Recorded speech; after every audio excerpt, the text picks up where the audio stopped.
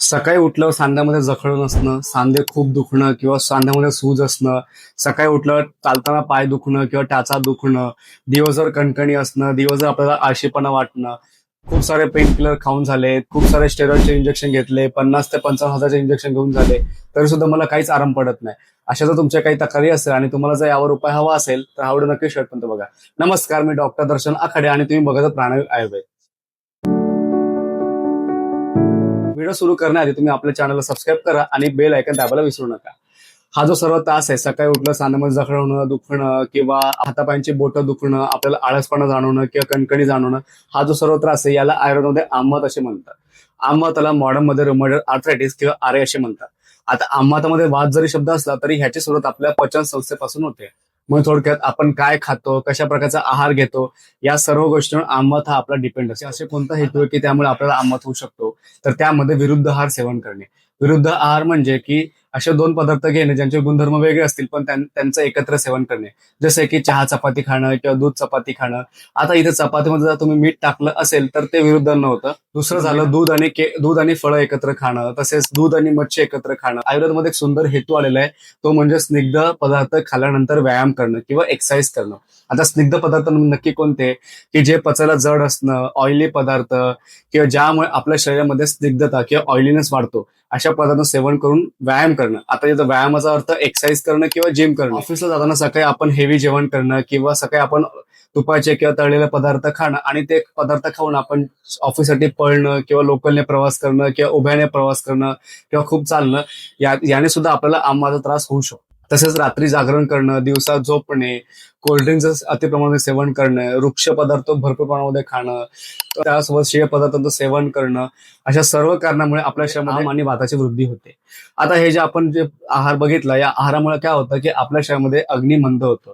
थोडक्यात आपला digestive power आपली कमी होऊन जाते. त्यामुळे आपण कोणताही आहार घेतला की आपण आपल्या शरीरामध्ये तो आहार पचवू शकत नाही किंवा तो आहार पचायला वेळ लागतो. आणि समजा जर तो आपण आहार पचवू शकलो नाही तर आपल्या शरीरामध्ये आमाची निर्मिती होते. थोडक्यात आपल्या शरीरामध्ये अनडायजेस्टेड मटेरियल तयार होतं किंवा एक टॉक्सिन तयार होतं की जे आपल्या शरीरामध्ये विविध आजार निर्माण करतं.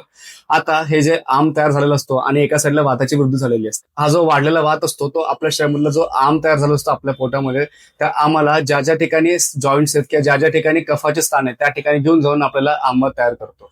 म्हणजे जर हातापायांच्या बोटामध्ये गेला किंवा जॉईंट मध्ये गेला तर आपल्याला आंबा थोडक्यात रुमॅटॉइड आर्थरायटिस तयार करतो. तो जर आपल्या हृदयाच्या ठिकाणी गेला तर आपल्याला रुमॅटिक हार्ट डिसीज तयार करू शकतो. अशा प्रकारे आंबत हा आपल्या शरीरामध्ये तयार होतो. आता आंबताची लक्षणं काय आहेत? आंबताची लक्षणं हे जॉईंट्सवर आपल्याला दिसायला वेळ लागतो, पण त्याआधी आपल्याला आंबत की आपलं शरीर आपल्याला सूचना देतं की तुम्हाला आता आमवात किंवा तुम्हाला मोठ्या व्याधी होणार आहे. ती लक्षणं कोणती? तर सतत आपल्याला तहान लागणं किंवा आपल्याला भूक न लागणं किंवा आपण एखादा आहार घेतला तर तो पचायला वेळ लागणं. त्याचबरोबर आपल्याला उत्साह वाटत नाही, आपल्याला दिवस आपल्याला डल वाटतं किंवा दिवस आपल्याला आळसपणा वाटणं. त्याबरोबरच आपल्याला आपल्या शरीरामध्ये सतत कणकणी वाटणं, म्हणजे असं वाटतं की आपल्याला ताप आलेला आहे, नाकातोंडातून गरम वाफा निघणं, अशा प्रकारची आपल्याला लक्षणं बघायला मिळतात. त्यासोबत आपल्याला सतत मळमळणं किंवा आपल्याला उमास येणं, हे सर्व लक्षणं आपल्याला आंबताच्या आधी आपल्याला बघायला मिळतात. ही जर सर्व लक्षणं तुम्हाला असतील किंवा तुम्हाला दिसत असतील तर तुम्ही या लक्षणांना इग्नोर करू नका. कदाचित तुम्हाला यापासून मोठा आजार होऊ शकतो किंवा तुम्हाला आंबातासारखा त्रास होऊ शकतो. आता आंबातामध्ये स्पेसिफिक जर आपण लक्षण बघायला गेलं तर आपलं सकाळी उठल्यावर आपले सांधे जखडणं, मग ते गुडघा असू दे, आपला शोल्डर जॉईंट असू दे किंवा आपला कंबरचा भाग असू दे, त्या ठिकाणी आपल्याला जखडलेपणा जाणवणं. म्हणजे काय, तर आपल्याला सकाळी झोपेतून म्हणजे उठतं ते आपल्या जॉईंटची मुवमेंट करता येत नाही, आपलं जॉईंट मुवमेंट करताना आपल्याला दुखतं किंवा त्या ठिकाणी भरपूर सूज असणं. मग थोडंसं आपण सकाळी काय तर त्यावर गरम पाणी टाकलं, गरम पाण्याने शेकलं किंवा ऊन झालं की आपण उन्हामध्ये बसलो की आपल्याला जॉईंटची मुवमेंट होतं की आपल्या शरीराच्या आपण हालचाली करू शकतो. हातापायांची बोटांची पेरं दुखणं, त्यामध्ये सूज असणं, हातापायांची बोटांची पेरं वाकडी होणं, त्याचबरोबर आपले टाच दुखणं, आपला ढोपर दुखणं, खांदा दुखणं, आपला नी जॉईंट दुखणं की आपला गुडघा दुखणं, आपल्या कमरेचा खालचा भाग दुखणं, आपल्याला मानेचा वरचा भाग किंवा मानेचा खालचा भाग दुखणं, हे सर्व लक्षणं आपल्याला आमातामध्ये बघायला मिळतात. आणि हे जे दुखणं असतं हे टिपिकल असतं. आयुर्वेदात एक शब्द आलेला तो म्हणजे वृश्चिक दंशोद वेदना, म्हणजे विंचू चावल्याप्रमाणे आपलं दुखणं. ही जर अशी लक्षणं असेल तर हे टिपिकल आंबाताचं दुखणं आहे.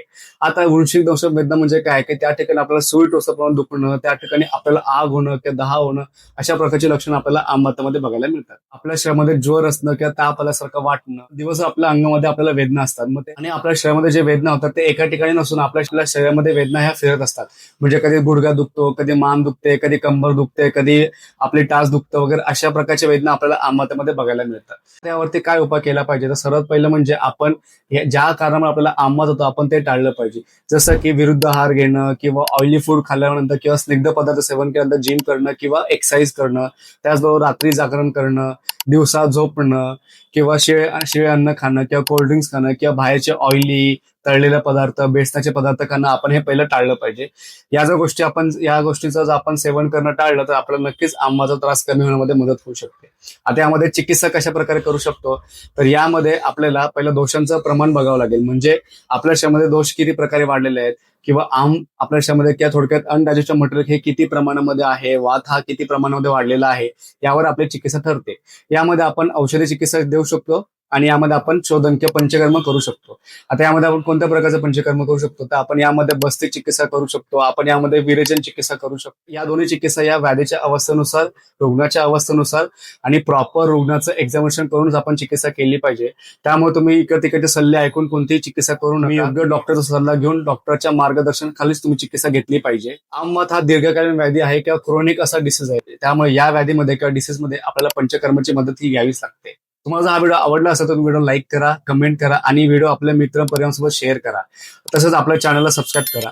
प्राकृतिक आणि सुरक्षित आयुर्वेद अपनावा आणि स्वास्थ्य मिळवा. धन्यवाद.